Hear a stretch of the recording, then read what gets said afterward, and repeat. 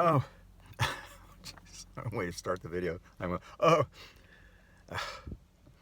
my dog, boy, he's 90% of the time he's wonderful, and he doesn't smell.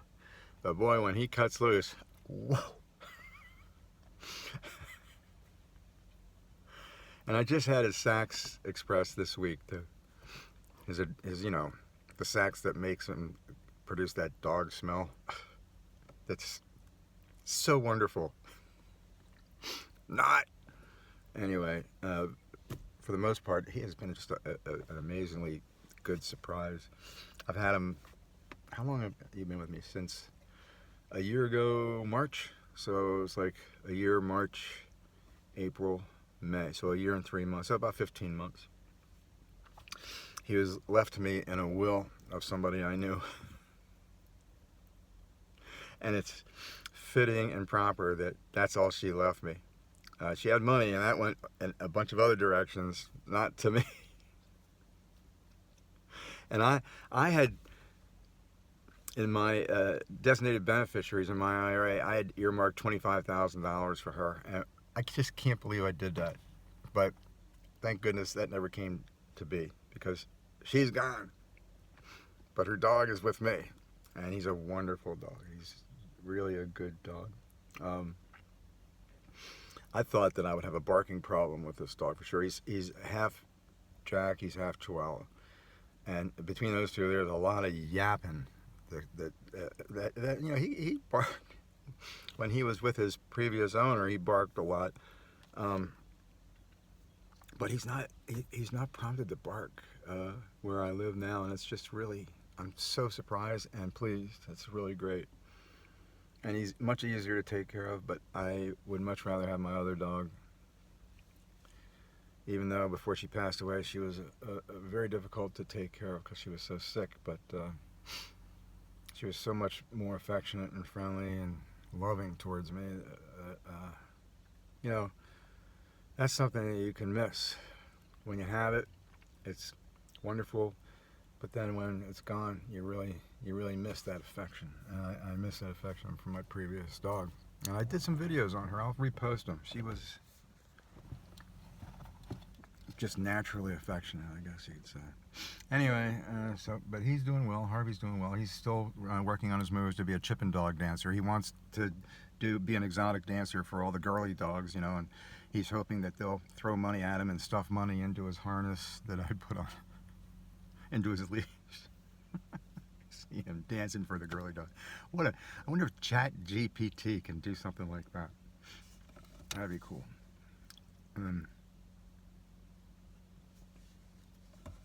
Anyway,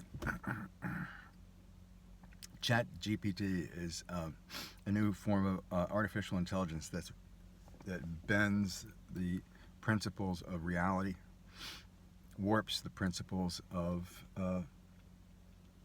physics, or not physics, well, of logic, because really all you do is you tell the computer to do something, and it does it. Or, like, create a 60-minute commercial with Dump Trump as the main character, and you're trying to sell iced tea, and it'll do it.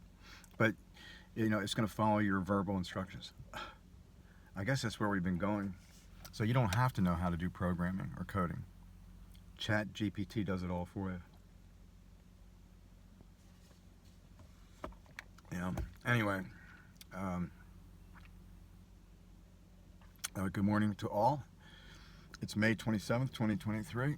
It's about, I keep missing these airplanes that are taking off, and I'm not sure. It's about 8 o'clock in the morning. Is it 8?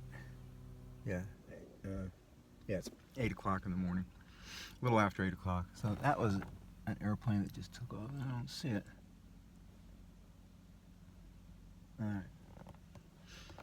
Alright. Wow, aviation is exploding. After COVID, the orders for airplanes and the expansion that airlines are putting into place, the world wants to travel. People, they don't want to travel to places like Russia or the Middle East, but they want to travel And you know, Australia, Qantas Airlines for Australia is like planning this huge expansion. So Boeing and Airbus are gonna, and they're gonna have a lot of business on them. Well, they already do. I mean, they can't keep up with the orders. Tesla can't keep up with the orders either. That's pretty remarkable, isn't it? I mean, they can't keep up with the orders for megapacks. So I had a wonderful birthday yesterday. My oldest son paid for dinner. I didn't expect him to do that, but we went to this wonderful. I mean, it's been at least 20 years since I've been to this place. It's called the Kimberton Inn in Kimberton, Pennsylvania, right outside of Phoenixville. And it is perfect. It's like you can tell there's a kind of a gay influence, I'd say, because whenever you go into a restaurant that's run by or owned by a gay person, it's better experience. They just have a stronger connection to the experience of creativity, culinary creativity, good quality dining experience. That includes, you know, the waitering, the serving, the bus guys that come by and make sure everything's okay, but they don't harass you. But whenever they approach your table, they do it carefully, you know, so as not to interrupt something that you may be talking about. Those little things really add to the dining experience. The food was outstanding. I mean, and I had a shrimp cocktail, and then I had a sea scallop chowder that was delicious. Hot bread with butter. I mean, restaurants don't get it, but man, when you bring out hot bread and butter, when somebody just sits down and there's a glass of water and they have and I had a glass of water, and I had a glass of wine, and then here comes some hot bread. That was wonderful. That was really great. It was a great experience. And my son picked up the tab. I really didn't expect that, but he did. Amazing. I got a card from my one brother now. I used to have two brothers. One passed away. I got a card from one brother that said, "Make sure you're off the leash for this birthday, like a dog on a leash." And then he wrote inside, "You've been off your leash. You've been off the leash for a long time." That's true. I've been off the leash for a long time. Whatever the leash is, I don't know what a leash is. Conforming, I suppose. I don't know. I don't take any pride in saying I'm off the leash, because it's like kind of a vague reference to conforming, being a conformist or a non-conformist, and I'm both. And a lot of people are. They conform in some ways, but they don't conform in others. So anyway, I'm out here at the airport. It's May 27th, 2023, a little after 8 o'clock in the morning. And as I remind my children when they have a birthday, okay, I just turned 72, but I'm actually in my 73rd year of life. That's an important thing to remember and maintain. Sorry, Duncan. Wawa's too convenient and too good in their consistency of their coffee. So I'm a Wawa guy now, it looks like. Oh, boy.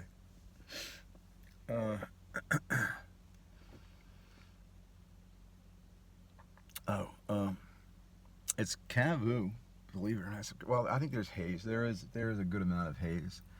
And it looks like the dog days of summer are right around the corner. And that could be starting today, for all I know. I'm not sure what the weather expectations are for today, but it's going to be bright and sunny, and we're very close to the summer solstice, so the days are very long. Oh, crap. It sounds like an airplane taking off, and I missed that one, too.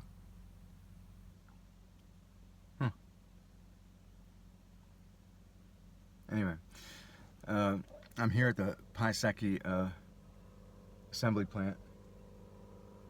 Oh, damn. You know, I'll bet it, I would be really pissed at myself if this is a Bonanza and I don't get it taken off.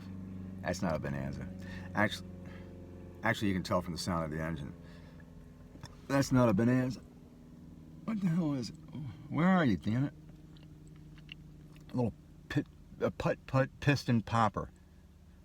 Pusillanimous putt-putt piston popper. I guess he turned. He didn't turn towards the pattern. He must have turned north. Okay, all right.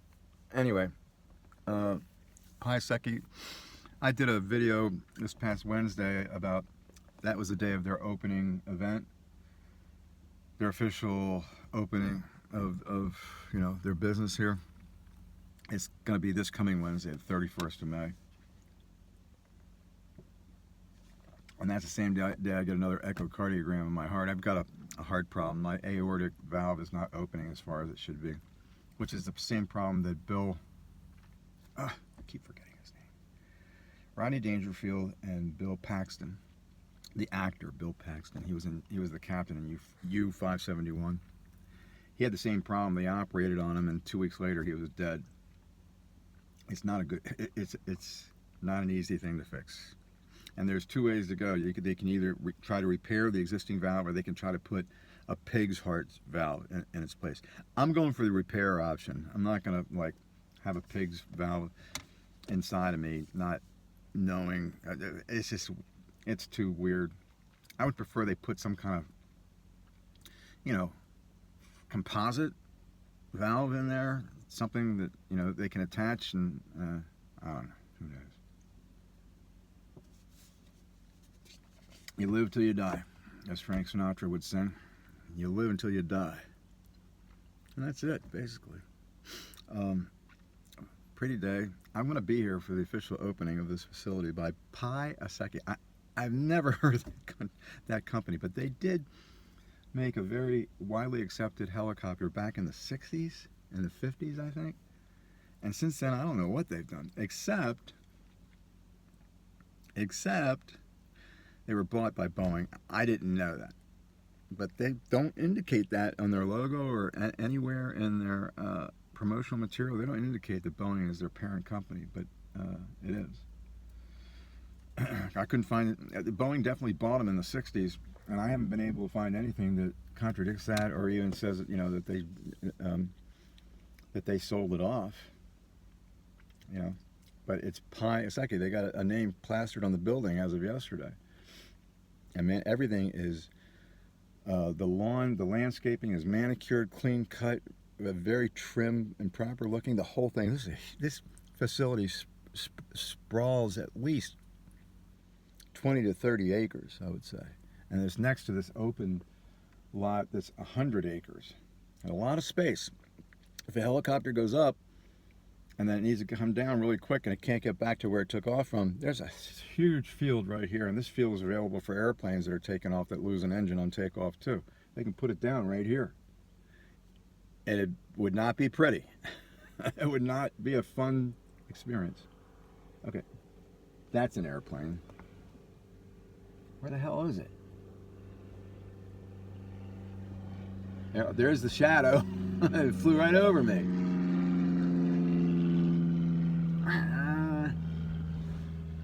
Oh wow, that's a retractable gear. Low wing, retractable gear. I don't know what that is. Retractable gear indicates that it's built for long distance, though. Sorry, I missed that one. That was quite. I'm just not getting these things taken off. So I'm faced away from the runway, and the wind is still out of the east. It's amazing. We hardly ever. Well, here, this guy's turning around and he's going into the pattern. It looks like. That looks like a cool airplane. Retractable gear is a cool thing because it lets you go much further, and it increases your gliding capability. If you have an engine problem and you're, let's say 7,000 feet up, you can glide much further with retractable gear than you can with extended gear. So there's a lot of cool things about it. Plus, it's nice to have that on your rating card.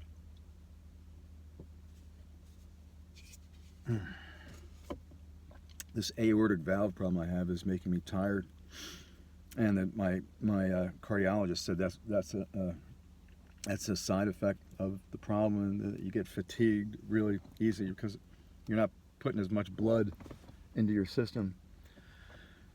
And it's a new experience for me, so we'll see.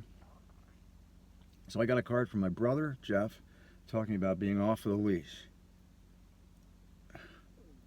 I kind of get it, yeah, I kind of get it. And then I got a card from my sister Melanie, and she said, time's not on my side. We should get together. Time's not on our side. Well, then maybe time is on our side because we're closer to heaven. And it's just like, then she sends me all these prayers on a card. And religion is her salvation, I guess. I appreciate being a member of the choir in a Lutheran church because it does, I feel a little bit closer to God when I'm singing and when I'm in church. There's a crucifix in this church that is, I can't stop looking at, you know, and the human figure on the cross, somebody put a lot of work into that because it's anatomically correct. You know, the ribs, the chin, the neck, the shape of it, it's perfect. It's really good. Anyway, so I'm going to call my daughter. She called me yesterday. She texted me, so I'm going to call her. Who called? Nobody called me yesterday, I don't think.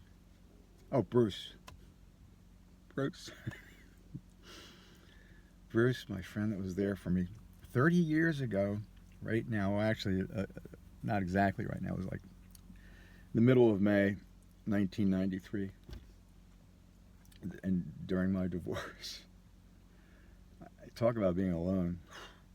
I never realized how alone I could be until that happened. And he called me like May 7th or 8th, something like that, 1993. And he asked me how I was doing. I said, my life is in the garbage. It's just, I can't tell you how depressed and how awful things are, Bruce.